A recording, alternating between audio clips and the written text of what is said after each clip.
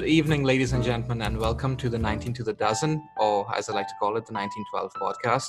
Today's episode is going to be a little different. We're going to be talking about immigration in particular and what it means to move to another country, because I know I have a lot of friends myself who want to move to another country, and there are a lot of nuances which come along with that. So, joined with me today is a very special guest. His name is Sachin Kaul. Sachin is an entrepreneur, chef, automotive enthusiast, and a very close friend of mine. He has experience in working with some of the biggest names in hospitality to date. His knowledge in culinary arts and entrepreneurial skills have led him to open up one of the leading chains of restaurants in Mumbai. He now lives in Vancouver, Canada, where he intends on opening up a new restaurant here as well. Sachin joins us today to discuss his motivations for coming to Canada as well, much like me. Some of the challenges that, of course, come along with moving to another country, as well as his career, how his career has progressed in the years that he's been here. Ladies and gentlemen, Sachin Kaul. What's up, bro? Hey, bro. Nice to see you, man. Nice to see you. It's good to see you, man. It's good to talk to you after quite some time, actually. Yeah, we need to hang out more often. We haven't actually sat down and had like a conversation. Like a proper conversation. Yeah, we just hang usually. Yeah. We just do everything else apart from that. Yeah, I know. So that sounds really good. It's okay, dude. It's okay. I'll tell you what, I can edit out things, so it's fine. Oh yeah, that's the best part. Yeah, that's always a good thing. Okay, so I think for this particular episode, you really have an interesting background and stuff like that, and both of us came to Canada under very different methods. You give me way more credit than I deserve, but thank you for those kind words. I think you deserve it, dude. I mean, you're quite entrepreneurial in that regard, right? So I think it's worth mentioning that, and you have your own dreams as well of wanting to start your own business over here in Vancouver, yeah, right? So that was kind of the leading point for me moving over here. So, like, I guess that was one of the reasons why you decided to move to the country, right? Yeah, that, and there were so many other, man. Like, I hate to say it, like I hate to be one of those Indian people or Indian men or humans or citizens or whatever you want to classify it as, who move out of the country and then sit somewhere else and then sit and like bad mouth it or like put it down or like talk ill of the country. But it was just a choice about a better standard of living and like having more opportunities and living a life where I feel you're respected as a human being.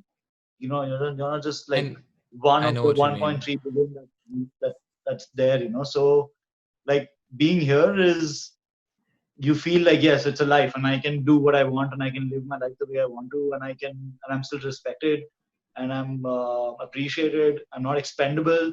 Like in India, everyone is expendable, man. Like you don't want to do the job for like this much money. Okay, I'll get someone else who'll do it for cheaper than you're doing it. Yeah, you know, the labor. There's an abundance of labor, right, in India as compared to over here. That right? market is not the best market for someone who wants to grow and do something, because you're just always expendable.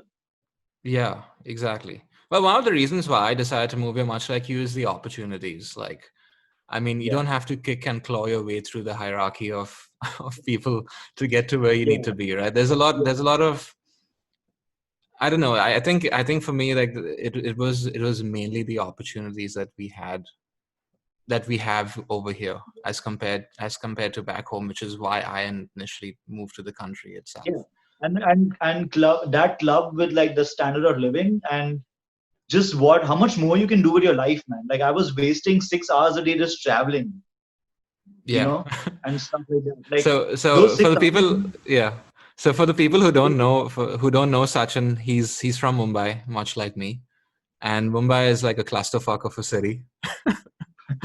I mean, it's a concrete jungle. Yeah, you know, I mean, I get it. Yeah, so Sachin and I also studied together, so we used to see a lot of each other in college, and I can second the fact that he would take like 3 hours a day to get to one part of town and then 3 hours back home. You know, it was insane. But yeah, I mean... Yeah, and I think that same 6 hours, like when we go hiking, like we can use that same time, like we can go all over. Like the other day we went 110 kilometers in like 1 hour.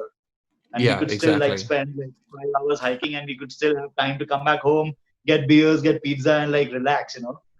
But if we Exactly. were back home, going to Lonavala, like the whole day is gone, bro. You go to Lonavala, you chill there, and you come back, and you're stuck in traffic in Powai and this and that, and that's it. That's the end of it. You're tired by the Hmm. time you get back. But anyways, Yeah, I mean, that's it. at least for me, the quality of life in Canada, and you can say this for most westernized countries, is that the Yeah. quality of life is really good.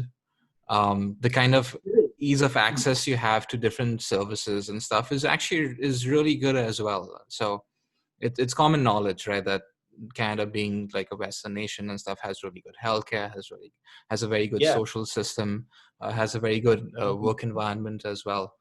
So yeah, those are one of the reasons why I moved as well to Canada. I mean, overall, just better way of life, really. Um, it's not to say that there weren't any challenges when we initially moved here. At least for me, like I had a lot of. Yeah. That's so far from true, man. Like challenges that we faced together and collectively and individually are like were things that I didn't even think about, you know, because back home, like certain things are just for granted. Like you have a place to live, you know that no matter what, you're still gonna like you don't have to pay for rent and stuff like that. You don't have to pay for your basic expenses to be met, like you know. So there's so many things back home that really help us do what we want, but then so those challenges I never thought of. You know, like when I moved here initially, I wasn't used to like having to pay rent and like having to pay for my food and having to pay for stuff like that. You know, I was living in my family. It was a different thing. And that's one of the things that when you come to Canada or to a Western country, like the United States, even, um, it's the fact that you don't have family over here.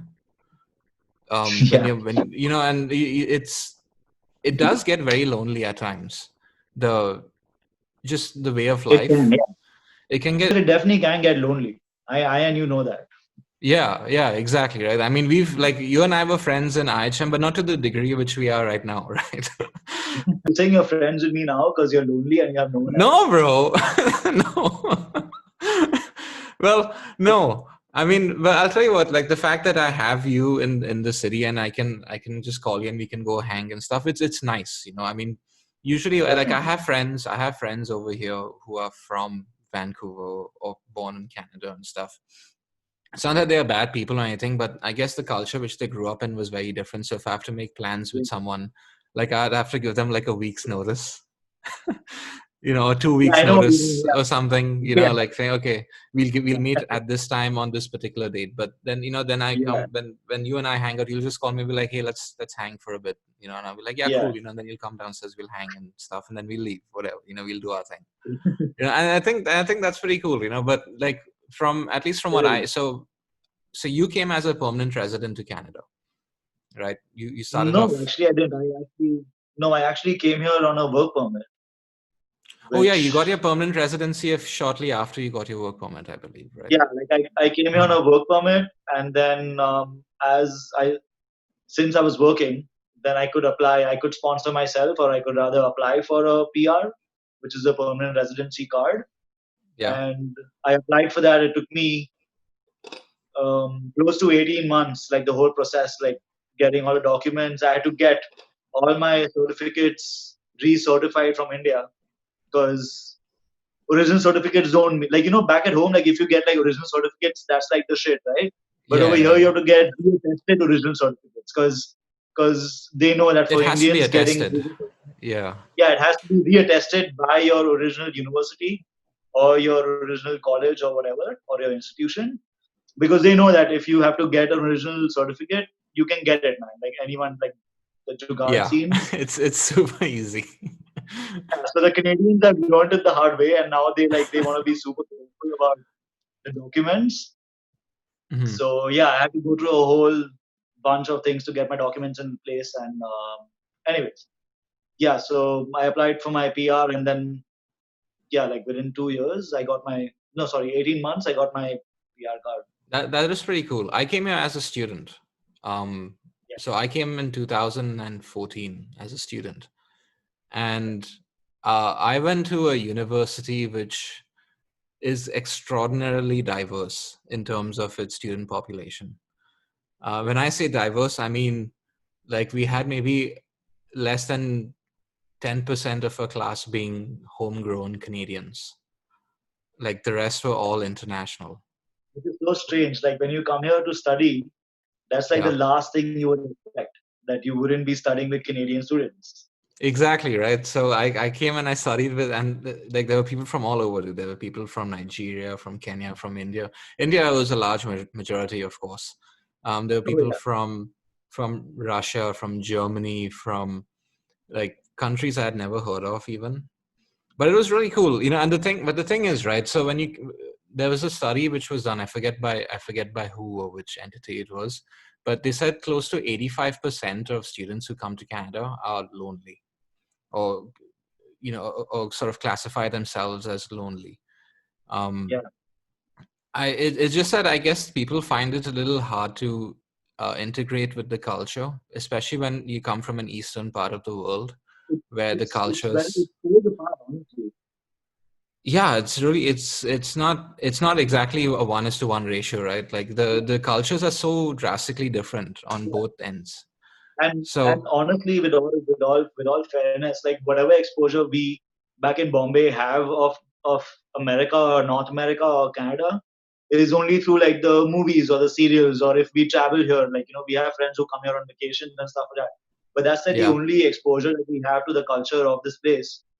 And you come here thinking that okay, maybe it's something like what I know. Like I've been watching American, or watching Hollywood and like watching American TV series for like so many years back at home, and so have you, I'm sure. Like Yeah. almost everyone in Bombay does that, right? Like everyone from our generation at least. So you kind Mhm. of think that okay, yeah, I kind of have the culture figured out. Like kind of know what these people are or who they are or what the whole scenario is. But when you come Mhm. here, it's a completely different thing, man. Like it's so difficult to understand their perspective and kind of get where they're coming Yeah, from. I just I know what you mean. I know what you mean. Like it like was very odd for me. yeah, it is like you don't just click or you don't just gel. Like the people I Yeah. gel and click with most are immigrants, because immigrants have the same kind of journey as me a lot of times. Coming from different countries and then moving over here and stuff. So you kind of like your journey kind of changes you as a person and kind of molds your life, right? So you have more common interests and topics and stuff like that. That's what I Oh feel. yeah. Yeah, totally. I mean, it's not that the Canadians are bad people or anything. Like I think they're really nice people. And the stereotypes are obviously all true. What's that? Yeah, no, they're the sweetest. I have become a better person after coming here, dude, because it's actually helped out for me. Yeah, I Like I mean the say, Canadians I are. say sorry and thank you to myself sometimes. Yeah, you say sorry. I say sorry a lot. Yeah, Like I you say walk in sorry front of to someone, I'll be yourself. like, "Oh, sorry," and I'll be like, "Why am I saying Yeah, sorry to this guy?" I know, right? Like back at home, like it'll be like you walk into someone, they'll be like, "Ye dikhta nahi kya?" And you'll be like, "Haan, tekho dikhta nahi kya?" And you just like walk off, and that's the end of it. But over Yeah, here, but you just people like are you super you polite. smile and you say, "I'm sorry," and then they'll be like, "No, I'm sorry." But it's just Yeah, it's I fun. mean, it was very weird for me at first when I landed over here and I saw the way people interacted with each other. Like, I mean, when you get off the bus, for example, you thank the bus driver, which Yeah. I, which I found really which I found really funny for some reason. I mean, like, you don't really thank the bus driver in India, right? When you get off, Yeah. or you don't I thank the mean, conductor. honestly, I think all those things are nice. Like we should have been doing that. Like we should be Yeah. doing those things. That's what I feel. I don't find it weird. Like I kind of saw it as an opportunity to grow as a person. Like Mhm. honestly, like without tooting my own horn. But that's what I felt like when I experienced the same things you experienced the first time I came here. Like how just generally how kind and considerate and just more situationally aware people are over here. Like people actually Mhm. see you. They don't just see through you always, like how we are Yeah. used to it. So I I think just I saw it think as I think one of the nuances that Canada has is that most people view the other person as being on the same level as they are, or the yeah, same yeah, wavelength. yeah. The whole So classism is not there. yeah, exactly. I mean, you do see certain elements of classism and stuff, when especially when Sure. people are when if let's say someone homeless walks into a bank, for example, right? I mean, there are elements like that, but at the Yeah, same time, for the most part, I would say people are everyone genuine is equal. generally, yeah, on a very level playing field with Everyone's on each the other. same page and everyone's on the same level. Like Yeah, exactly. Which is why, sometimes I see this racism stuff come up and stuff, and I don't think it's as negative as the media tends to portray it and stuff over here. I mean, sure, I'm not saying that there It's isn't any racism. yeah, yeah, nothing is ever as what the media portrays it to be, because it that's how the media is, right? They'll always like over exaggerate the things, and they'll never really Yeah, show it for what it is, because they got to make yeah, their money someday. yeah. I mean, there's that, but I mean, for the most part, you're treated like an equal, which is really Yeah, nice. there's Um, dignity of labor, you know. I think that's what I exactly. realized when I started working, because the restaurant industry is very labor intensive, you know. Hmm. And there's dignity of labor, like from the person who's washing your dishes to the person who's the executive chef of the kitchen or the general manager of the institution. Like, okay, fine, they might be at different hierarchies. Like in the hierarchy system, they might be at different places, but then when they talk to each other, when they address each other, they're all on the same level. It's not like, hey, hey, chotu ye karke leke aa, or whatever. Like everyone, there's a certain amount of respect that everyone follows, irrespective of Hmm. who they are or who they are. And Hmm. that's really amazing, actually. Yeah, it is. Yeah, I think that is right. The fact that everyone is treated exactly the same. I mean, Yeah, the workplace over here and the environment that we have in the workplace is so much less toxic, I think, than the workplace I had, at least in India. Now there's I less haven't had. competition. Yeah, there's less competition. There's less competition, Yeah, like it's 100%. not like, yeah, like you don't have to feel competitive that, oh fuck, like if I don't do my job, like this other guy who's probably like doing it for lesser is gonna take my job away or something like that. Like those situations, those unique things that we had back at home don't exist over here. So it just becomes a more cohabitative and much more comfortable work environment. Hmm. I think that is definitely true. Now that we are on the subject of like being in the workplace and stuff like that, um, one of the things that I found in the workplace over here is the way they give feedback to you. In India, if you were doing a shitty job, you know you're doing a shitty job. Because everyone will tell you you're doing a shitty job, and Yeah, they won't mash words and stuff and tell you. They'll tell you straight up, you're doing a fuck all job.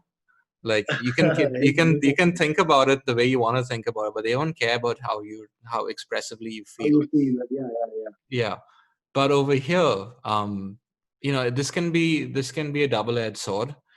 They're very easygoing when it comes to feedback. Like they'll give you feedback and stuff, and they may let slide something in there that you can improve upon, but yeah, yeah. it's never In your really face, in your face. rudely Yeah, done. Or not. Yeah, exactly. So a lot of times I find myself cross questioning the feedback that I receive, because they'll say, oh, you did a fantastic job, and amazing, well done, and you deserve the recognition that you've got, and they'll throw all these niceties at you and stuff, which is yeah, fine. But sometimes I get super confused as to, because I know for a fact that the job I've particularly done is not the full 100%. I've not done it to the full 100% of my capabilities. yeah. So now, to me, at least the way I see it is that maybe, are they just trying to be polite with me and tell me that, okay, Partly, you've done a good yeah. job and stuff, but I know for a fact that I could have done a better job. Right. So in receiving feedback, which can be at times negative or construed as negative, I think is a good thing, which is something I feel that the workplace over here is lacking. No, that's no. I definitely agree with you, and you definitely put some very good points across. And I coming back to what I was saying earlier, like just when I was talking to you about this earlier, we were talking about how people respect each other more over here, and everyone's on the Yeah. same page. So Hmm. it's like I'll give you an example. Like people who like I hadn't seen this before I came here. Okay, so imagine if when I was working at a Taj, right? So now I'm cooking in the kitchen and whatever, but I could never Hmm. really afford to like after my shift go out and like sit in the restaurant and like have a beer and eat food, Yeah. because you just don't, because that's just the disparity of like of your income, and that's just an Hmm. unequal distribution of wealth and how it is in India, Hmm. So it's just so strange. Like over here when I was working at, even if I was working in upscale dining restaurants over here, Like the cooks and the servers and stuff, once they're done, like they'll just like go around and they'll change and they'll come and sit at the bar and they'll order food and they'll eat over there. They get the discount, yes, of course, but it's not a major discount over there. But It's not looked irrespective down of the upon. discount or not, people, yeah, and the thing is that everyone is on the same page, man. Because if you're working there, or if you're a customer, like you're still the same person, or you're still um, looked at the same way. Am I coming across Yeah, the yeah, right way? yeah, yeah, yeah. I mean, it's a level playing field for everyone, right? Yeah, you can afford it. Like, back at home, if you work in a really expensive restaurant as a cook or as a server or whatever, like the people who come there are richer than you. So you just feel like indebted, or you just feel Internally. lower than Hmm. them. And you're like, oh, yes, sir, thank you, Hmm. and this and that. Like you feel so Hmm. naturally indebted. Yeah, and I think that's one thing as well that's different over here, which I really like, is the fact that if I'm talking to my boss, I don't have to refer to them as sir. Yeah, you Like can just call I them by can their name. I can call Respect them by is their not by first like, name. yeah, exactly. But you can Hmm. still respect them without having to like Yeah. address them with these names. But you can still respect them as whatever. Like you talk to Hmm. them in a respectful manner. But Hmm. it's not like you have to feel like you're lower than them. Like in India, like you have to feel lower, or your They bosses make or you the people feel who lower. you feel like you are lower than them. And Hmm. that's pretty and I never realized it because I was back at home. I never saw it back Yeah. at home because that's just the way things were. But then when I came here, I saw a stark difference in the cultures, work cultures especially, Hmm. which just blew my mind. I was just like, what, even if I had to like, even if I'm not making as much money as I was making back home, I'm not going back home. Like life may Hmm. be more difficult over here. Hmm. I got to do everything myself. Like I got to start from scratch. Literally, I started from the Hmm. bottom. It sounds like Hmm. Drake, but Hmm. but I did. So, but I would Everyone still not. starts at the bottom. Like when Yeah, you all come of us. over here, though. Yeah, all of us start Yeah, at the bottom. I mean, yeah. regardless Because I of still feel which. good. I still feel good doing my job. Like that dignity of labor piece that I was talking about. Like you really feel it. Like in the start, I wasn't working in the best of restaurants. I wasn't doing when I initially moved here. I wasn't doing the best of jobs. I was at a very low level job because I was just Yeah. starting out and I just had to make my network and get to Hmm. know people and stuff. So, but I was never made to feel like I was doing some really demeaning or shitty jobs. Like I was still working.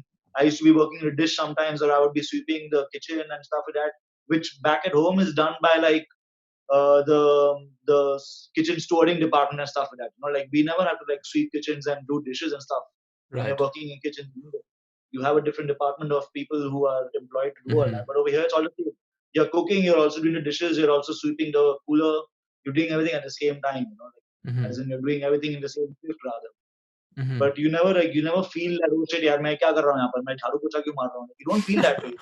Yeah. Like Yeah. मैं यार India में मैं Taj में I worked in the Taj and I did this and I did that, and over here like I'm washing dishes. You don't feel that because you're made to feel like you're doing your job, and there's dignity In what you're associated doing. with that. Yeah, in what you're Exactly. doing, and that really helps. And some of the jobs which we would have traditionally considered to be lower class jobs, like for example, being a plumber or electrician or a sewage guy or I wish I was a plumber, man. I'm not even kidding to you. Or if I really. was a carpenter over here. I mean, dude, Oh see yeah, the you would it's make it's a lot of money. Yeah. Yeah, but also see the thing is that being a chef and being a carpenter or being a plumber is on the same level of it. You still have to Hmm. go to school for it. You still have to be certified. You get a red seal stamp, which is like It's the highly the regulated, basically. it's regulated, yeah. And so Yeah, it yeah. is a trade skill basically, right? Being a chef or being a carpenter or being a landscaper or working in HVAC, like in heating and ventilation and stuff. It's all trade skills. So it's all looked at it the same way, but like what I was telling you, like back in India, it's different, right? It's not looked like a plumber in India is not looked at it the same way as a chef is, Yeah. or as or as maybe a bank associate is. But it's all the same thing over here. Like people who are working as plumbers or people who are working as carpenters or as landscapers are still making a good amount of money because they've gone to school for that. They've trained, they've got certifications, they've given exams. Hmm. So it's a different ballgame. Yeah, I That's kind of agree. I think at least over here, what I see about from the people from the jobs which they work and stuff is that, I mean, like we keep saying this, but everyone's on a level playing field. If you're a plumber, if you're an electrician, if you're I don't know, someone who cleans up the sewage in the city, chances are you're gonna get paid a lot more than like someone who's working in Yeah. business. Oh, they definitely are. Some of them are making more money than I am. So Yeah, exactly, right. I mean, and it's not exactly a very you don't need to be a rocket scientist to be a plumber, but at the same time, yeah, the kind of tech the how should I say, technical knowledge. the technical knowledge, yeah, the technical knowledge which you get from studying, all of this, like being an electrician or plumber, whatever Yeah, it is, it's a yeah, highly regulated environment because there are a lot of compliance yeah, and safety laws which are in place in this country, which is why it is the way definitely. it Yeah, is. yeah. So It's a whole different world, man. yeah, exactly. And the fact of the matter is that people don't discriminate against you based on the job which you're doing, Yeah, um, which I find to that makes be, a big, that makes a big difference. oh yeah, 100%, a hundred Because percent. you don't feel like you're not capable enough, or like it. These things kind of like subconsciously make a difference in your mind. You don't notice it happening, but they subconsciously make a difference, and you subconsciously start thinking lesser of yourself. Hmm. In environments like that. But at a place where everyone is equal and everyone is treated equally and everyone is respected equally, you don't feel that. You don't feel like you cannot achieve what you want to, or you don't deserve to be at a certain place, or that you don't have the skills or the knowledge to be at a certain place. Because you're not made to feel that way subconsciously or unintentionally.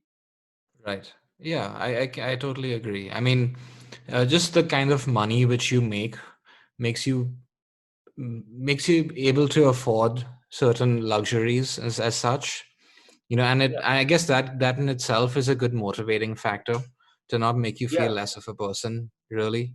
yeah. But Because you can live the same standard of living that everyone else is living. exactly, Because right? And it's in cases you're making even better than someone who's working in business, right, or as a financial yeah, advisor or whatever, I yeah, mean, which is really interesting for me. I've never seen that happen before, but what really got me about this country was the fact that there's that dignity of labor, as you rightfully yeah. said. Yeah, um like one example on that piece you just said, sorry to cut you short, but like a lot of students who passed out with us from IHM, they passed out from IHM, they got the BSc degree, and then they went and did MBAs or okay. PGDM or whatever, so that they can get higher packages or higher salary packages. But vice versa to this place, to being in Canada, like if you are a college passer or a graduate, you can still make a same amount of money. Like you don't have to like study more or like get an MBA to make more money, because over here people who don't even have MBAs have make more money than what MBAs do.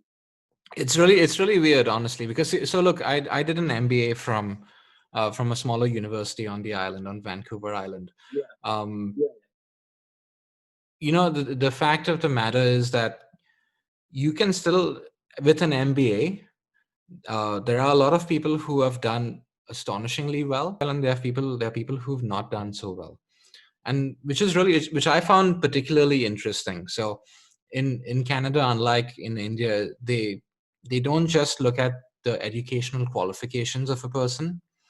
Rather, they look at a mixture of both the educational qualifications as well as work experience.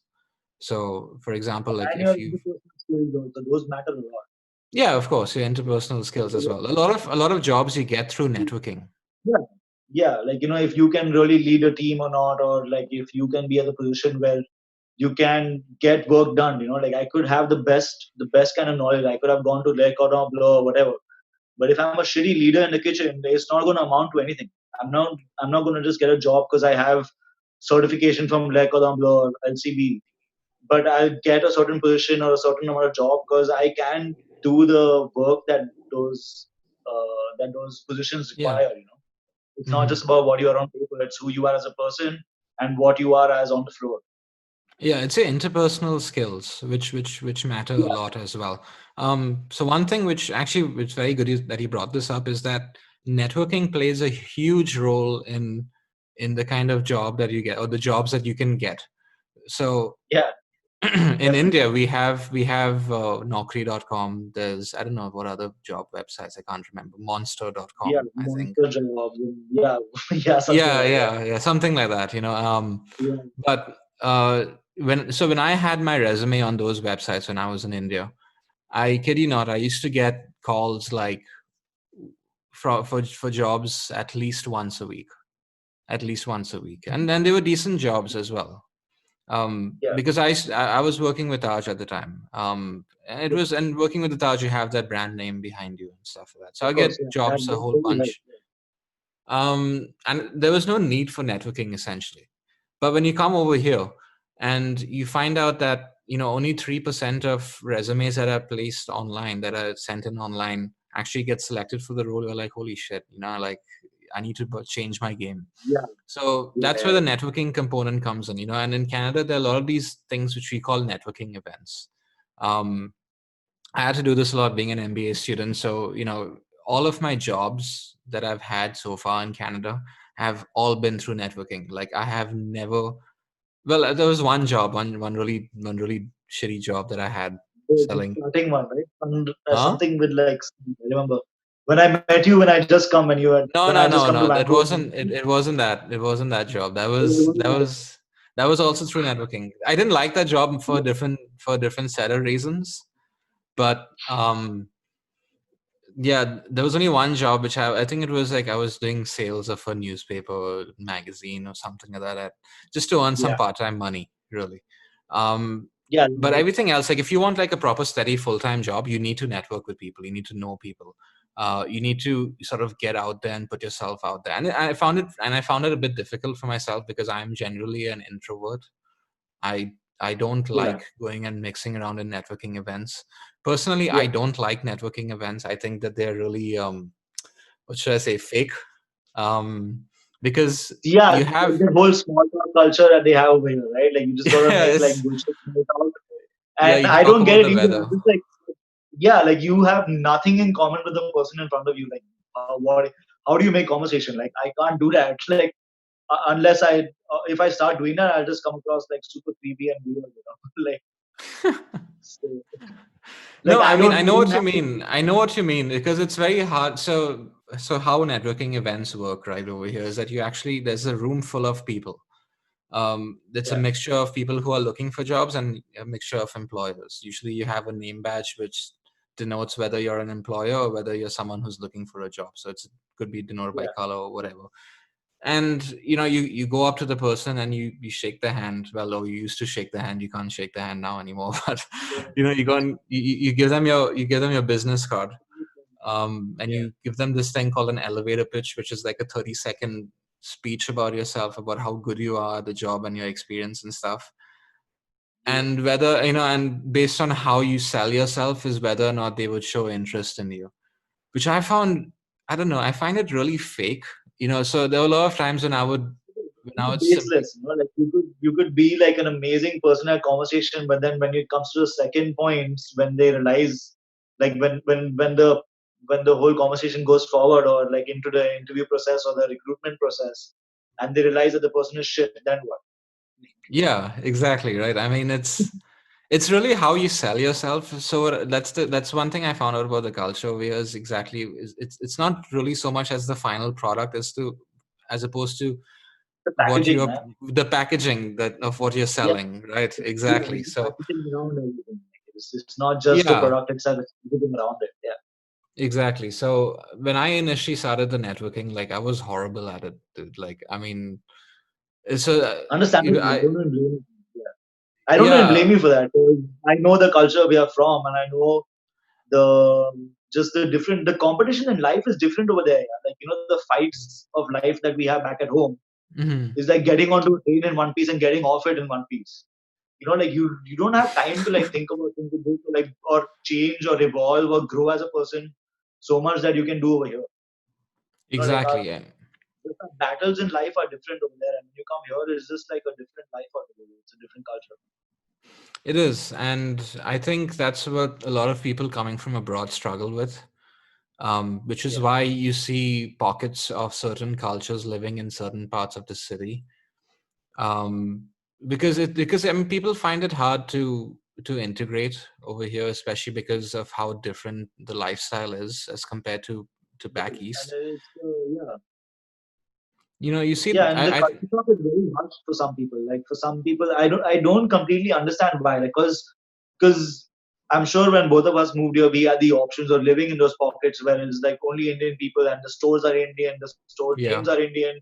It is like it's India, man, but just cleaner and more Hmm. organized. You know, Hmm. but I kind of chose not to be in those environments because I wanted to be. I moved to Canada to learn and grow and become a certain kind of person, and I wouldn't be able to do that if I stayed in the same community, or if I stayed in that. Exactly right. Because your mindset, it's not. I don't more than geolocationally where you're living and what you're doing. It's about your mindset getting blocked off. Like if you just Hmm. hang around with the same kind of people and do the same kind of things that you did back home, I don't think you're going to be inviting or open enough to more of what that area or the province or the country or the people have to offer. Hmm. I think yeah, 100%, dude. You're completely right. I mean, it is comfortable to hang out with people who you are familiar with, who have the same, who have a similar culture to you. I mean, I may look Yeah. white, but like I'm brown on the inside. Like I'm totally brown on the inside. I'm like a reverse That's a coconut. whole new topic, bro. Like you being Indian is a whole new topic. Like we Yeah, have so many that's stories. yeah, that's an entirely different story altogether. But I mean, at the same time, I do see why certain people, certain cultures of people decide to live together, because it's very different right over here. I mean, it's not so India and a lot of the Eastern cultures have a very family oriented sort of, well, for lack of a Yeah. better word, The culture. nuclear family culture. Yeah. Exactly. And it's not that way over here. You see the kids move out of their homes when they're 18, 20, 21, Yeah. Even right? even And younger. Yeah. 16 sometimes and stuff like that. yeah, I mean, and it's not that's not commonplace in India. That's Definitely not at not. all. Yeah, that's You not at get all one common. slap on the face if Yeah, you say you want to exactly. move. And what are you gonna do, man? Like no one employs anyone because you have no education yet or whatever. Yeah, Like you don't get part-time jobs. That whole culture of like studying and working is not there. You either study or you work. You can't do both together. yeah, and that's a big difference to what it's like over here. I mean, the fact Yeah. that you can work and study and make your own money and sort of set up on your own, I think that gives Yeah. you a sense of pride and accomplishment in itself, And which it is makes you mature so much faster, right? Because you start fighting the battles of life much younger, and then so by the time mm, you're at the age like 22 or 25 or whatever, when you have to you have actually that jump much into the more ring, experience. yeah, you already got those things under your belt. You've already done those things. I remember when we just came out of like IHM, we were like 24 or 25. I was like a freshly boiled egg, dude. I didn't know shit. Like we were just tossed into fucking Taj, like, yo, go do your shit. And we got banged from every fucking corner, man. Oh yeah, oh yeah. Dude, I yeah, you know how mean, it was in Taj. yeah, dude. Taj was brutal. It was absolutely ruthless.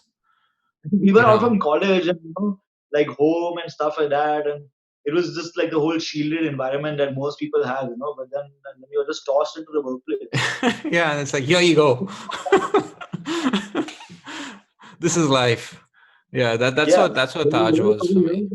yeah, over here, like there are students who are like 16 and 17 and they're still working, so they're already like, I think they get a very good opportunity to already build those, make their mistakes and learn, and they can try different jobs. Like I think almost every industry over here, unless it's very technical, like whatever, like I don't know, like building cars or building rockets and building aeroplanes and stuff like that. But every basic industry, like like when it comes to business or when it comes to restaurants or when it comes to banks and stuff like that, they all employ teenagers as on a part-time basis or on a full-time basis or whatever, giving their availability. And then I guess people get the opportunity to like to try out different sectors or try out different industries or try out different jobs.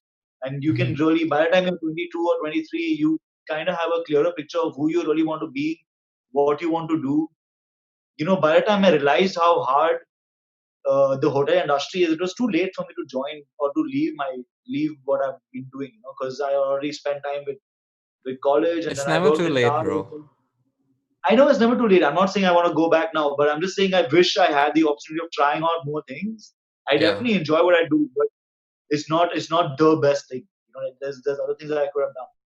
Yeah, it's something So it's about finding your passion and certain things that you're yeah, passionate about. that's what I do And right now, and I love what I do. yeah, I mean, I know for a fact that you love what you do. I mean, the fact that you want to open up your own business and stuff, like, your own restaurant with its own concept and stuff. I mean, it goes to show, right? I mean, I've eaten your food, dude. You make really fucking awesome food. so Thanks. so there's so there's that, but I like the fact that when you're working over here, you have this support system. It may not be from family, because, well, I don't have any family. I have Nikki over here, and that's about it. And I have you guys. Um, Yeah, always, but yeah, I mean, if you're not an entrepreneur and you're working for an employer, like, they're not just going to simply fire you for a small error that you've done. That doesn't man. usually happen. That's not to say that happens in India as well. But um, when you're working for an employer and you make a certain amount of mistakes, you make a certain mistake. At least for me, this is my own personal experience: is that I don't get chewed out as badly. I get Yeah, shown, like, they point me and they're like, "This is the mistake you made. What can be done better?" And then you can sort of formulate your own reasoning and yeah, stuff for that, and that's fine. yeah. But um, geez, the lights just change. It's good.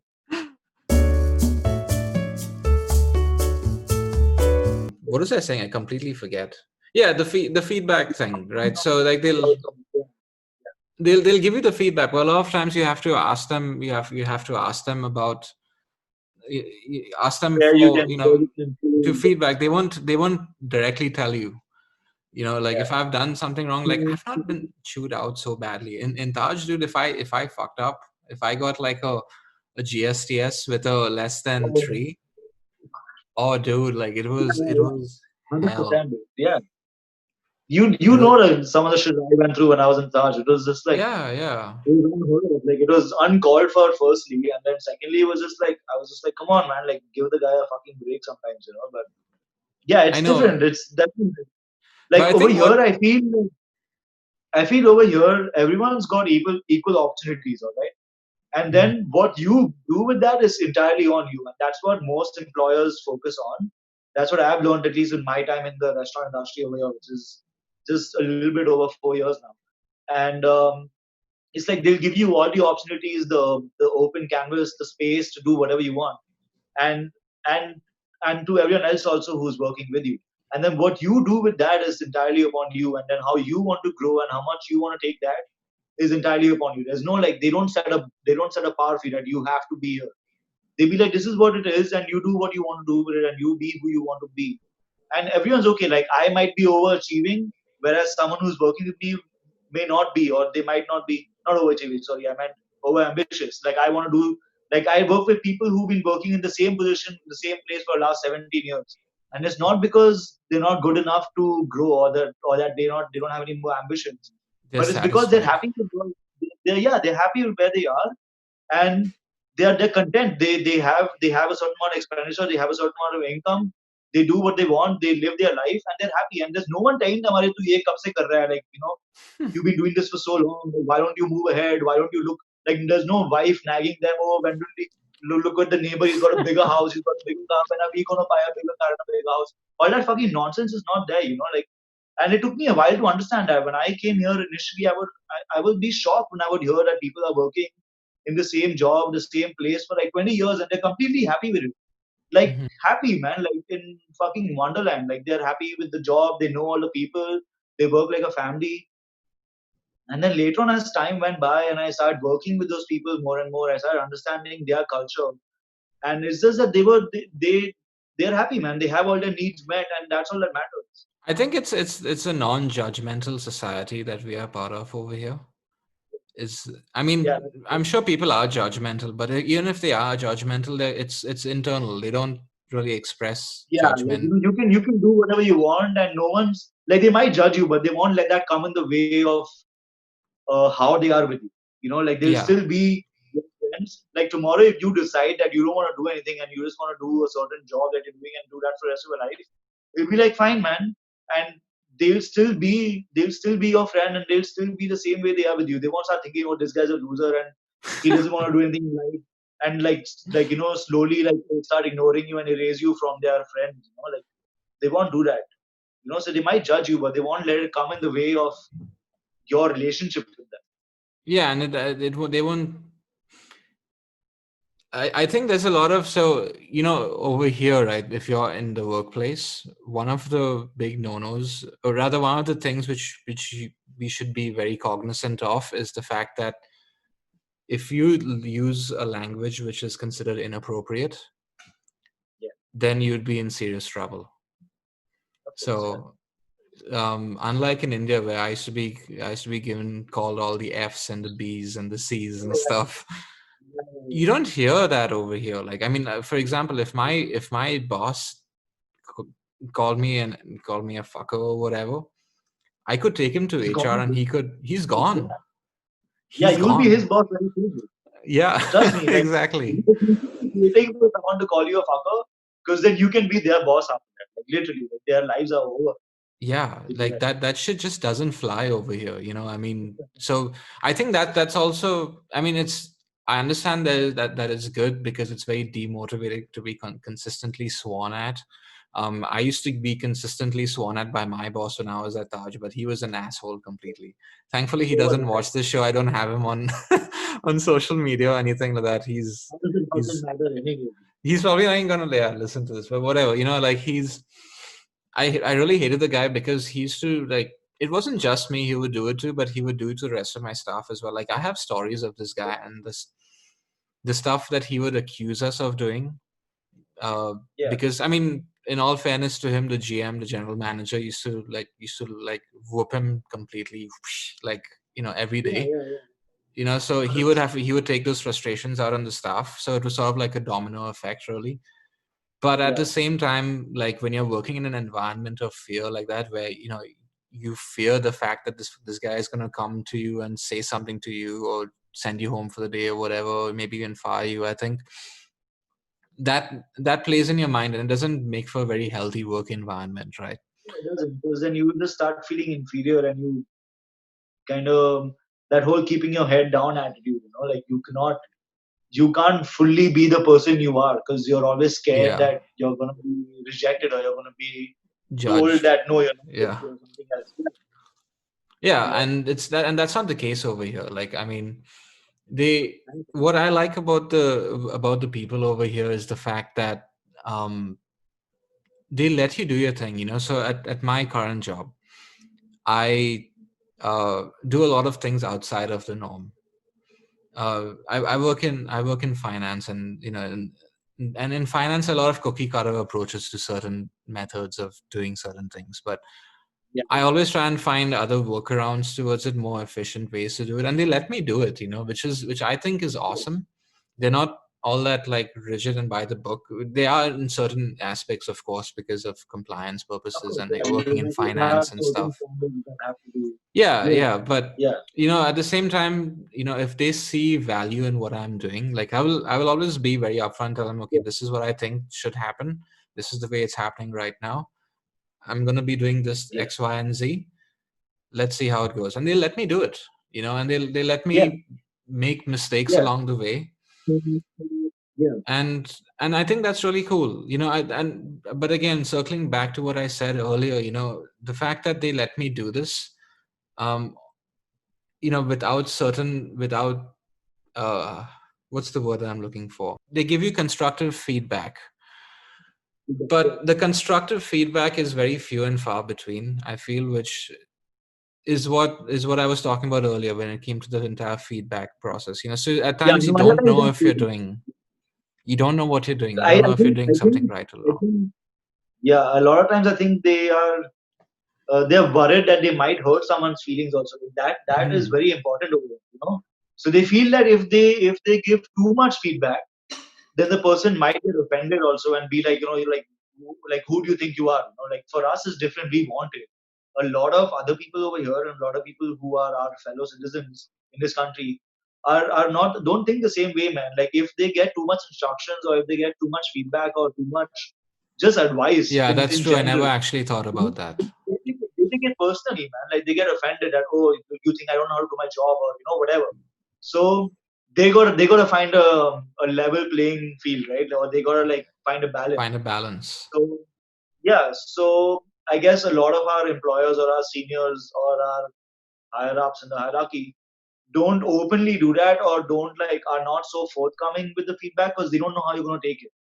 But I Hmm. guess I used to have this exact same concern, like I would be like, I need feedback because I need to know if I'm meeting the expectations that they want, or if I'm on the right track along with them. Are we on the same page? All those things matter, because when you're working in a small team, you need to know what's happening in the other person's mind, and you need to work in conjunction. So, and that really relies completely on communication.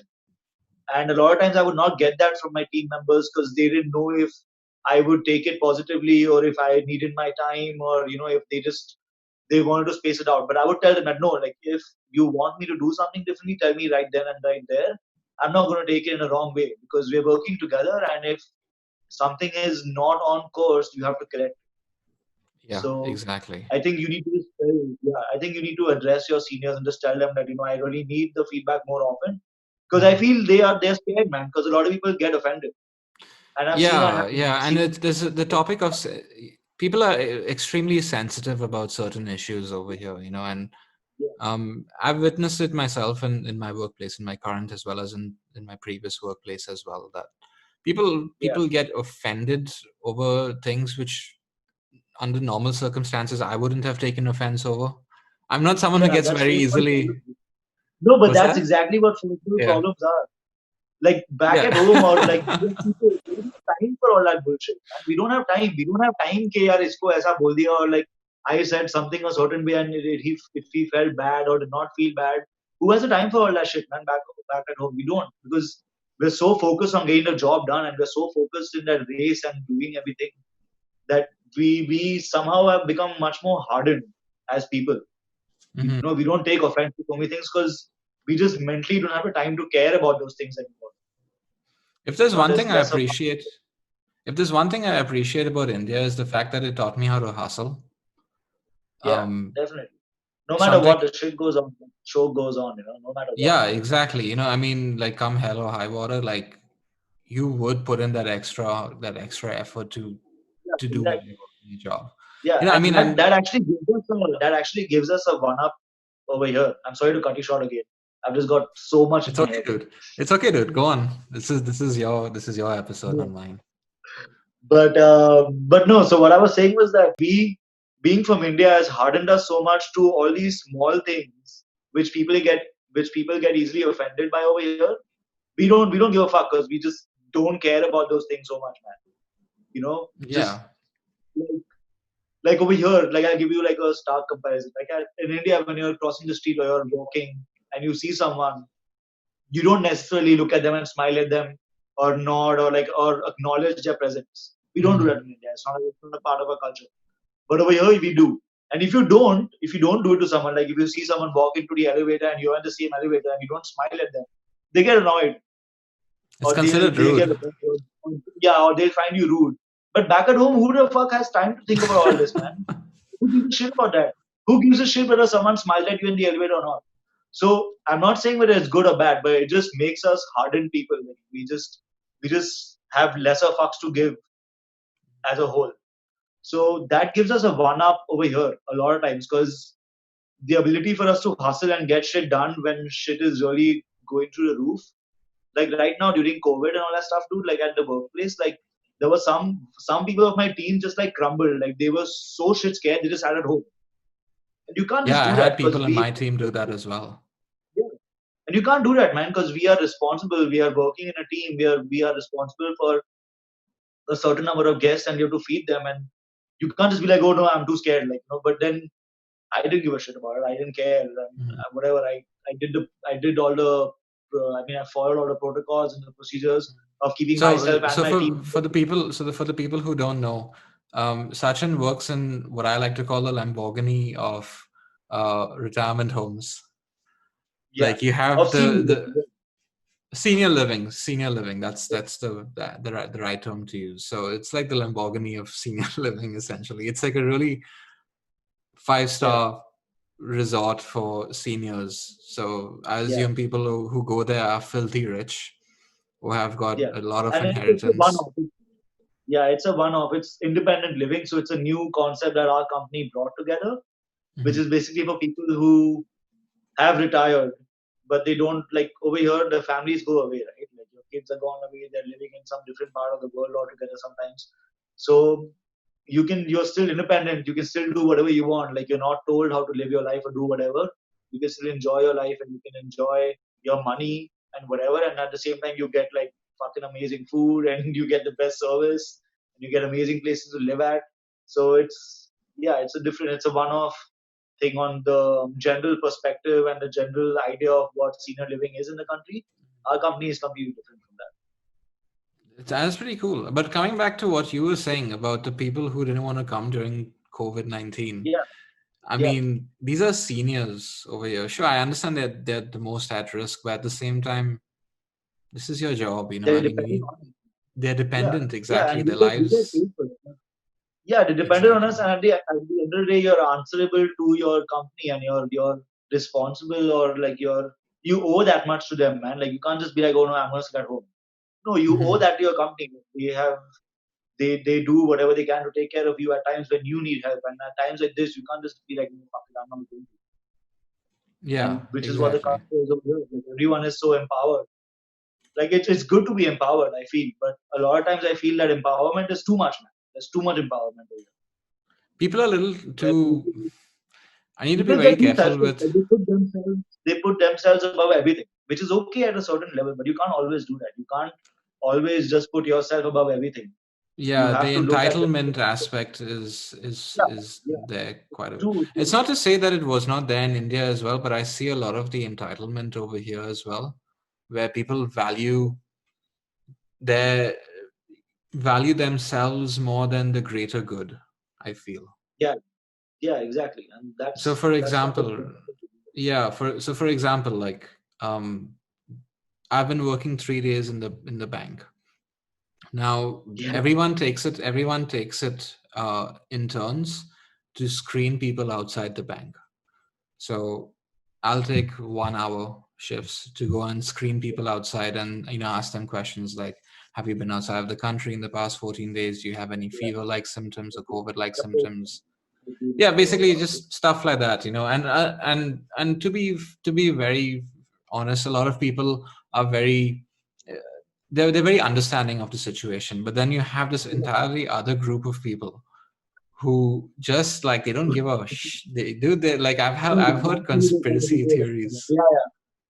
Yeah, no, I know exactly the kind of people you're talking about. Like they're like, oh, who the fuck are you to ask me these questions and shit? Like, oh, this Yeah, COVID stuff is just a flu. And you're like, what is wrong with you, man? Like they're like yeah, just I put those people as in the same category as the flat earth society. Those exactly. ignorant fucking stupid fuck who just live in their own bubble and don't care about anything else apart from themselves. And guys Yeah, who drive big trucks. Sorry, I gotta add those guys too. yeah. The guys who drive big trucks, because we Yeah, the all know guys what who they're come lacking in. yeah, yeah. You seen that guy outside my house who's got that massive fucking truck? Yeah, yeah. Like Something else is definitely not you my need a ladder to get in, dude. It's that big.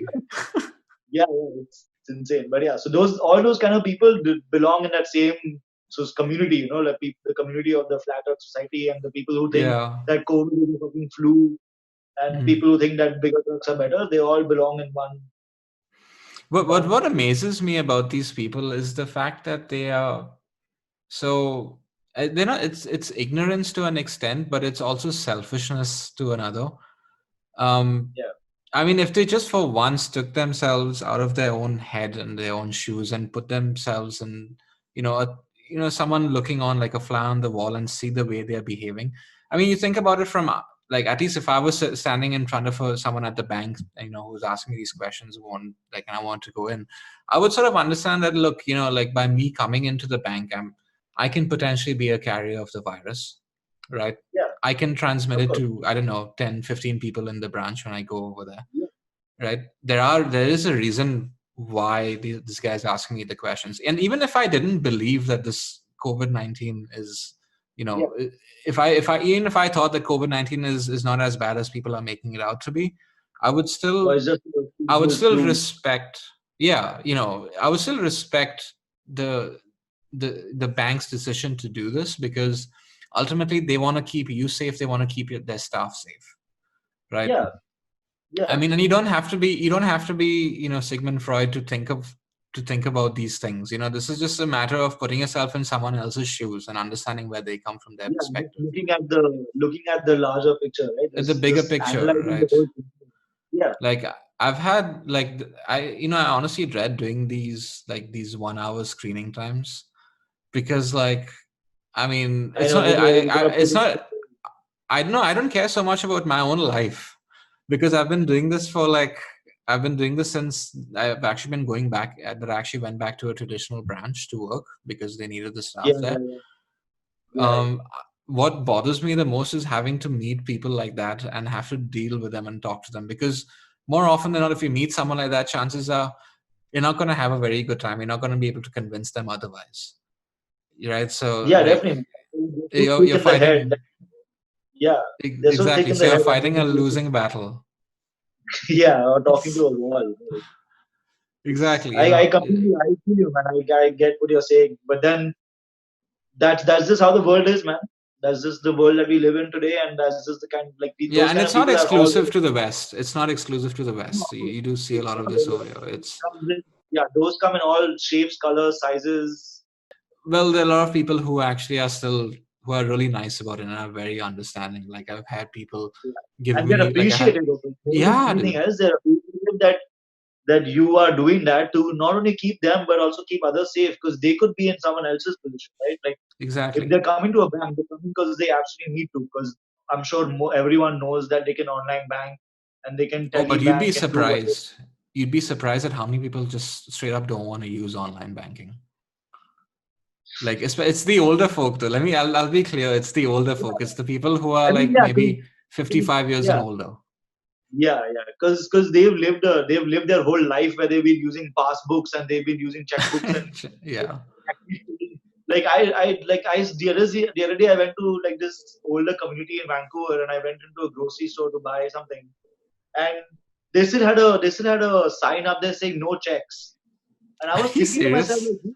like, yeah they had we don't sorry we do not accept checks anymore. And I was like, when the fuck did you guys accept checks anyways? Like, why would anybody buy like a magazine or like a packet of cigarettes with like a check, man? But that's just how it was over here. It was in the olden days or like in the yesteryears. That is But pretty it's just, crazy, dude. I would never expect the that. boomers, yeah, the boomers, the whole generation of boomers, like they are very hesitant to adapt to what us millennials have made the world into today. But Yeah. that's just the ongoing process. It's a natural process. It's going to happen. It's going to change. People are Do you think we evolving. will be like that as well? Do you think that like when we grow old, we'd be like how the boomers are today? Yeah, but in different ways. Like we won't be backward with technology, but Hmm. I think we have certain thoughts right now, and we grow up with certain values and certain strongholds, right, Morals. in life. Hmm. Like yeah, morals and principles that we follow.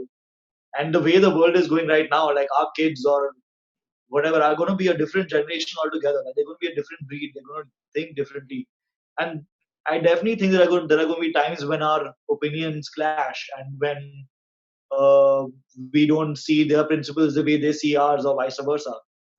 But then I don't know. We I think just have to. that's just a fact of life, probably. Yeah, that's just how But it yeah, is, right? Like you have like generation gap. That's exactly what generation gap is. Like our parents not understanding us or not understanding why we want to do certain things a certain ways because they don't do things that way or they don't see things that way. yeah, But I but I think this issue about seniors not adapting to the technology, the era right now, like we are in amidst the technological era and the boomers don't want to adapt to it because they just because at least over here, dude, in the West or in North America, like so the boomers when they were in their prime, was just after the World Wars, right? Mm-hmm.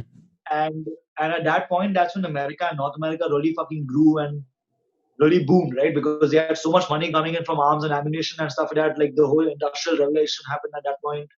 So they've seen a different life and they've seen different struggles, different battles. So that kind of stuck with them, and they feel that they've kind of done it all. Like if they can live through all of that and make what America is today, or like whatever, be a part of what America is today, then everything else is chicken shit. That's kind of what I get from them. Like that it's that blatant arrogance that that they have made what America is today or what North America is, which is true to certain points they have. Like Mm-hmm. all the infra that we are enjoying right now was put together like 40 years ago or 50 years ago. Like it was True. all conceived back then, and all this that we are living in right now Mm-hmm. is a product or the brainchild of the people 40 or 50 years ago, because it obviously took time to get to where we are today, right? Yeah, but it So doesn't give I them guess the right to outwardly reject um something what the new. younger generation are doing. Yeah, definitely. I'm not Exactly. saying they're right at all. I'm not saying they're right at all, but then it just the arrogance just naturally comes in, man. I don't know what to do with that. I think it's the same. I mean, you look at it these days with It let's say only happened music. to us. Let's say with music, for example, like how Yeah, music yeah, mostly changes, that. right? Yeah, So, yeah. So like I mean, when I listen to music, at least the music these days, I don't like it, dude. Like majority, it's not that I don't like all of it. I like certain types of music which are still being released, but majority of the music that are there in the top 40 or whatever, I don't listen to them. I think people have forgotten what music actually is and what music should be and what music stands for. Yeah. Like this. I think the whole come around of EDM has ruined so much, man. Because like hip hop and rap. Sorry, I just kicked my table. It's okay. But like hip hop and rap got is pretty much ruined because of EDM coming around. Because EDM became so popular with all those festivals and the amount of money it generates just as a genre. Like the artists that want to get into it, all the DJs and all the companies that want to sponsor EDM artists now, just because EDM in itself, apart from just being a genre of music, has now become a fucking industry of music. And there's so much money involved in that every other genre or every other industry or like country or rock and roll or hip hop or rap or whatever, they're all being sucked into it because they also have to make money, right? They have to live. Correct. So they're all adapting. And like I see the music like the rap and the hip hop that we heard when we were kids, or the pop culture Very, music that very we heard when we different were kids. from what we Yeah, have today. and now it's all the same. Like now it's all got bits and it's all electronic first of all, and it's all got bits and pieces of how EDM music is, or how like the dance music is, or what like music that should play in clubs and music that people should like vibe with or whatever. Like it should be lit and all that shit. But that's what it is, and everyone is so focused on just making money and kind of like hitting the arrow right in the bullseye. Basically, like Hmm. they're trying to rake in on all the money that's in there right now because everything is Hmm. just become a money making business. I don't think many people are being able to survive. I definitely know there are people in the music industry who want to do stuff to stay true to what music actually meant to them and what music means to many of us. Hmm. But this onset of EDM and like all the pop culture music that's happening nowadays is making so much money that everyone is dying out because that's where all the money is getting concentrated to.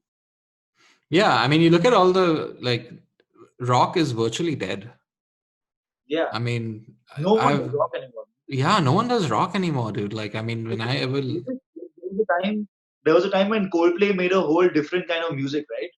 And yeah. you like their sound back like 10 years ago and their sound today, I mean it's still on the same page, but look at what it is. Like they have to cater to the public, right? They have to cater Mhm. to the people, and people's choices are changing, and then the artists have to mold to suit those choices because they gotta fucking earn their bread and butter at the end of the day.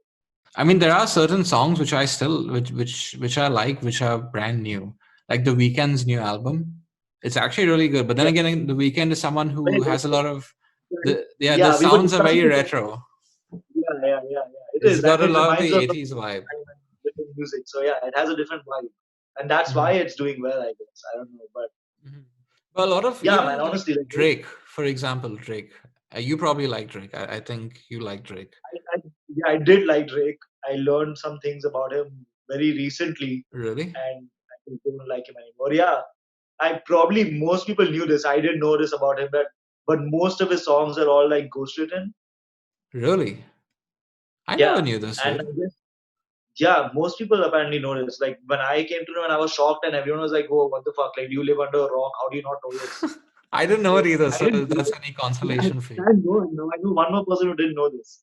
But yeah, apparently most of the songs and all the songs that I liked of his were all ghostwritten. So that person doesn't hold any meaning for me anymore, man. Because like what Yeah, he's dude, that saying is not sucks. coming out from him. So then why should I give a fuck about Drake? I like the music, I like the lyrics, but then Drake is no part of it then anymore. Yeah, I never knew that, dude. I mean, because like he's so iconic in today's world, right? Like you see Drake he's everywhere. Like his music is Yeah, everywhere. yeah, That Hotline yeah, Bling song was yeah, like you would hear it like so much you just want to like you'd want to strangle yourself. Like it was that popular. yeah. But I Playing mean, everywhere. yeah, dude, I never knew that. I see a lot of these new artists. They have like maybe 3 4 writers for their songs, and a lot of the lyrics Yeah, are really trashy. I don't know, like, and yeah. maybe I'm just being old, but No, the but lyrics I find to be really it trashy is. these days. Yeah, yeah. No, I feel if the 16 and 17-year-olds of today who hear those songs, uh, kind of knew what we were talking about, they would agree with us. Right now, they don't know any better. This is Yeah. the music that they have been listening to. This is the music that they when Hmm. they've come into their teens, and this is what is playing Hmm. around them. So for them, this is music, man. Most Yeah. people don't know the music that we are talking about, Hmm. or most people don't know about the artists that we're talking about, Hmm. because this is all that's playing nowadays. This is all that's out there on the radios, in the clubs, in the restaurants. This is all that's playing. So then for them, this is all that exists. I didn't mention this, but you actually have a background. At least your family has a background in theater and in Yeah, the cinema cinema. and movies and Yeah, stuff like that, right? So you know yeah.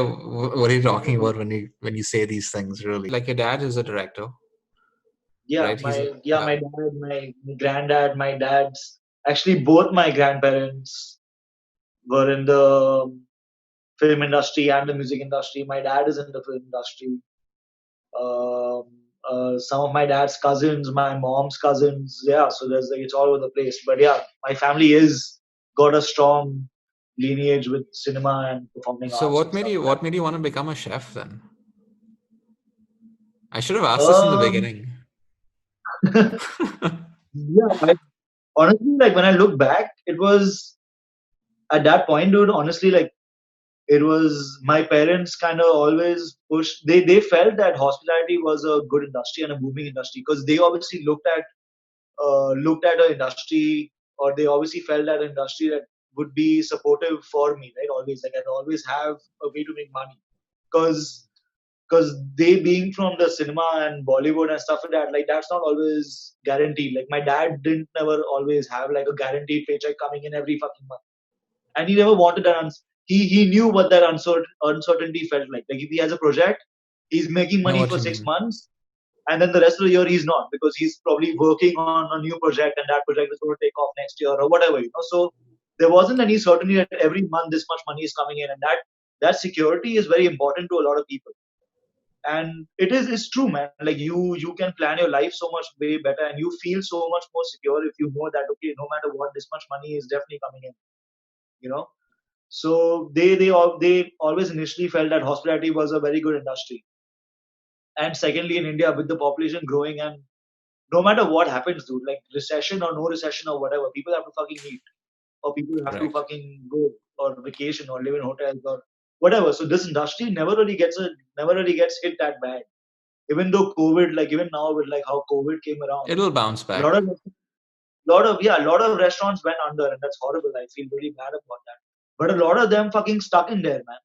And Hmm. they did takeout, they did whatever they had to, and they still made money, and they've come back now. Whereas so many other industries have like they haven't even come back yet, like airlines and stuff like that. I don't know if they're ever going to come back the way they were. Yeah, so my parents always felt hospitality was a good industry for me to get into, and then I got into IHM, And as I started studying about food and learning about food, I learned how to cook in IHM, man. I didn't know shit before I joined IHM. I did not. Really? I thought making pasta and cheese sauce was putting pasta in water, boiling it, adding cheese, adding salt and pepper. That's how I thought you made pasta, all right, when I was a kid, or like before I joined IHM. So I learned everything I know today, and everything that I am is through my learning and working experience. So I fell in love with what I do gradually. It wasn't like there are some people who've always been in love with baking, or there have been some people who've always been in love with cooking or whatever. I'm not one of those. My love for this thing and the passion for it grew as I went along with it, like through college. And then it really grew massively when I went to Dubai and I trained with Jumeirah through college. And that's when I got like my first proper industrial exposure to what this industry is all about, and kitchens and food and all that stuff. That was my first peep into this whole world. It didn't And intimidate you, did it? Because I mean, at least when I was training, I did my training at the Hyatt, and yeah, I was into kitchen before all of this. yeah, yeah, Before I joined front office and stuff. So and when I worked in the kitchen and I found out the way the environment was in terms of the work hours and the just how dirty and sweaty it got when you're handling food all day, and at the end of the day, you don't yeah. want to eat food, you don't want to look at food ever again. Yeah, it's Like a it's a that hard, didn't that didn't scare you or intimidate you at all? not really, because two parts, because I kind of knew what I signed up for already. Like, Hmm. I knew I signed up for this, so I'm like, okay, I'm just gonna suck it up and go through with it, because I did start enjoying it a lot. Like, I've always been a foodie more than a chef, and food is a lot, like almost on an everyday basis. Food is at a lot of times the high point of my day. You know, like if I know I'm gonna eat something fucking fantastic, I go through all the shit in the day, and I'm like, Yeah, okay, I'm I'm gonna I'm go like here that for as dinner. well. Yeah, so everything is worth it at the end if I'm gonna go and eat something awesome. It's like if I'm gonna go to churches with you, I'm like, okay, man, fuck it. Like, I'm gonna eat churches later. So Love my churches. love for food has always been there, but my love for cooking food and my passion for cooking food kind of grew as I started learning about it, and I learned about how technical it is and the science behind cooking and what separates you from just being a household cook to being a chef. Like all those things really fascinated me. Hmm. And yeah, and like every day I'm falling in love more and more with it now. That's awesome, dude. So when I joined the finance industry initially, I'm much like you. Like I never had any experience in finance, like zilch, Yeah, nothing. yeah, Um, but I started looking at things that I actually liked in the industry. So for me, it was investing and the art of investing and the science behind it as well. And yeah, when you look at all of these different stats and the graphs and the quarterly reports and stuff, and you actually piece together your story as to whether company A is going to be doing well or is it going to be doing poorly in the future, and in deciding whether or not to invest, I find that really interesting. you yeah. know Understandable. Yeah, it's if I were to be honest with you and say, like, am I truly passionate about it? No, not really. But at the same time, uh you you know enjoy I, it. I enjoy it, and that's I think that's so important when you're actually working. And Because it's not even if you're not mechanical anymore. passionate, yeah, exactly, you're not doing it out of like, I need to do this because I need to get Yeah, paid. it's not just a way to like pay your bills. It's just not a Exactly. means, You but need to find enjoyment in whatever you're doing, right? Even if it's like a shitty job. You know, there yeah, have there have definitely. to be certain elements that keep you motivated enough to go to work the next day, because if you're doing a good Yeah, job, you're doing because it you can get definitely, fucking mundane, and it can get so mundane, and yeah. it can get so like just boring at times. Just like, oh shit, I gotta do the same stuff.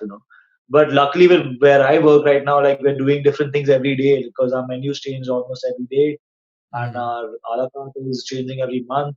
So there's always something new to do. So Hmm. that's very important. So Yeah. I've been following your growth with RBC, and I've seen that you moved from corporate to like branch, and then now you're working in the in education sector, and you were really given the opportunity to like do your own thing. Like you really came into your own. I think at Langara, That's when you Mhm. really came into your own. You really got a chance to explore yourself and your job. Yeah, exactly. It was a very offbeat role, and coming back to what we were initially talking about in regards to jobs over here in Canada, what I like about it is the fact that if you're hired for, let's say, role A, and while you maybe be okay at role A, they see that you be probably better at role B. They Yeah, won't have any qualms in saying, these are your skills. This is what you're good at. yeah, Maybe this might be a right choice for you. And that's exactly what happened to me. And that's how I got to move to where I'm working currently. yeah, Well, not now because of COVID, but yeah, I got to work at the college, which was something that I thought was really cool. It was a concept which was new. It was fresh. It was a completely different take on the way, yeah. banking works. I don't want to get too much into the Extremely specifics of challenging. the job right now because it's like it'll take forever to explain. But um, it, short story is that it's very different from a traditional banking role as an account manager. It's more of an education, Yeah, and we're teaching students essentially. yeah, So exactly.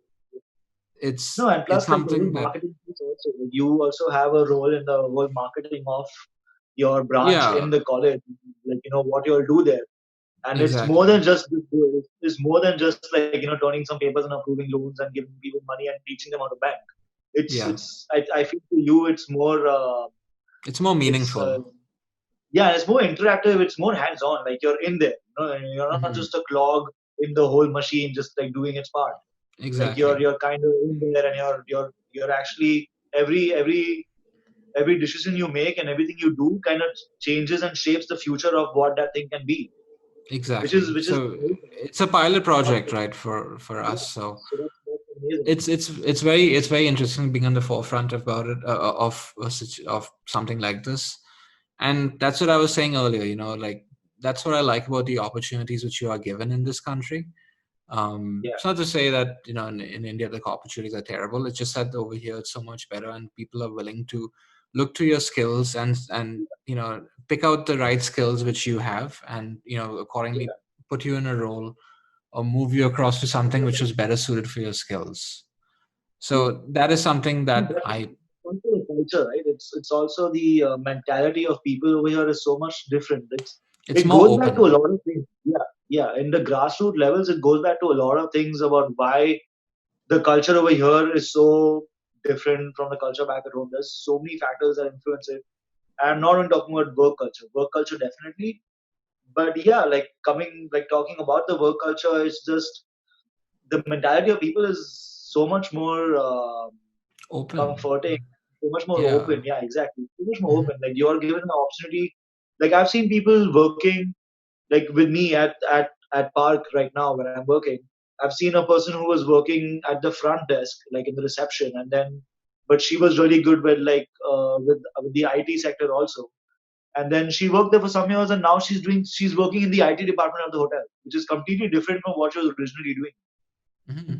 Like she was a reception at the front desk, and then because she realized that, or her superiors other realized that she's good with IT also, and she's good with that sector also, and they could probably use her more over there. She got a chance to move there, and she moved up laterally, and she moved up like with money and everything. So it's Mhm.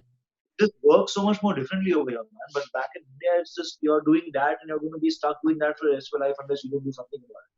Yeah, you need to really It's hustle. You need to really hustle in India. Things don't really just fall into your lap over there.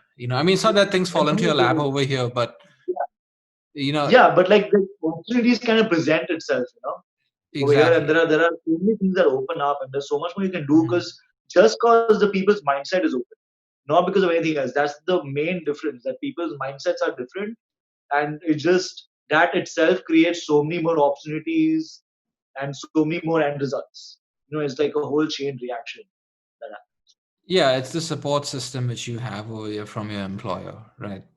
I mean, I would like to have my own business at some point in time, honestly, because who doesn't want to be their own boss, right? So, yeah, yeah, yeah. um, It's you the best, man.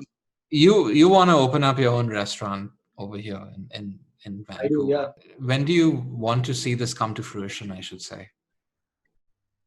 As soon as possible. That's what I would say. But then I realize there are certain challenges along the way to that, and I'm currently working on finding my way around it or finding my way over it. Like whatever I can. I don't want to go through everything that I have to go through because it's not important. Like if there are some things that I can bypass or there are something I can skip, I'll definitely do that. How But there different are is it some from India? challenges. Huh? How different is it from India? Like you had It's a very restaurant in India, right? So like, how is the So as a business, the business is pretty much the same. But then when it comes to your prospects, or when it comes to what you can do with your business, is as different as how different Canada and India is. Because Mhm. the people is what matter. Like it's a people oriented business. It's a service oriented business. So the clientele that is over here is so much more experimental in their whole mindset. Like they're not very just they're not closed-minded when it comes to food. Like they're so much more experimental. They'll always give you a chance to do what you want to do, and they'll always give you a chance to say or create whatever you want on the plate, and they'll give you a shot. If they don't like it, too bad. But if they like it, you're fucking done, man. You made it for life. So that opportunity that you get over here is very big because in India the competition is so much with restaurants. There's so many restaurants and they're all doing the same thing. But then there's people don't want to experiment with stuff. They all want to eat the same fucking food. They want to eat the same style of thing. Like if you do something slightly different from what they're used to doing, if you do something slightly different from what they're used to seeing or getting, they won't take it unless you're a Michelin star restaurant. Because then you get the benefit of doubt. Oh, this guy's got a Michelin star. He's definitely smarter than me. What the fuck do I know? Even if the food looks like shit or tastes like shit, it's still good. True, But if true. you're nobody, if you're someone who's not established or someone who doesn't have a name, and you're trying to do something different, if people don't understand it, then that's the end of it. And they will not even because they don't want to look beyond that, or they don't want to look beyond their own uh, prejudices or their own perceptions about things. Biases. Mhm. Yeah, biases about things. But over here, people are like so much more experimental, and they give Yeah. you an opportunity to do what you want. So on those levels, the business is very different. But then on the grassroots and the core levels, is the same business, man. It's opening a restaurant. It's the same thing. Mhm. But yeah, the government standards over here and Yeah, I the mean health and safety the regulations are pretty different, of course. I can. are much better also. Yeah, they're different, they're harder, but they're much better for sure. Mhm. Sachin, thanks so much, bro, for coming on. No, It's dude. always a pleasure.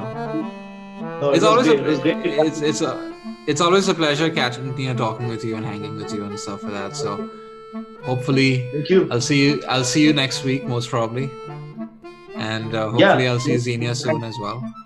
Yeah, you can. I guess I'm the only guest on your episode till now that you can say let's hang soon because we're Yeah, in the same dude. time zone. I need to get more Canadians. I need to get more Canadians on. I don't Let's worry. see. Yeah, because I have a few. I yeah, have a Z will few be out people of planned. sometime in that.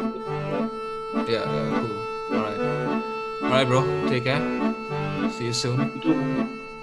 See ya. Peace.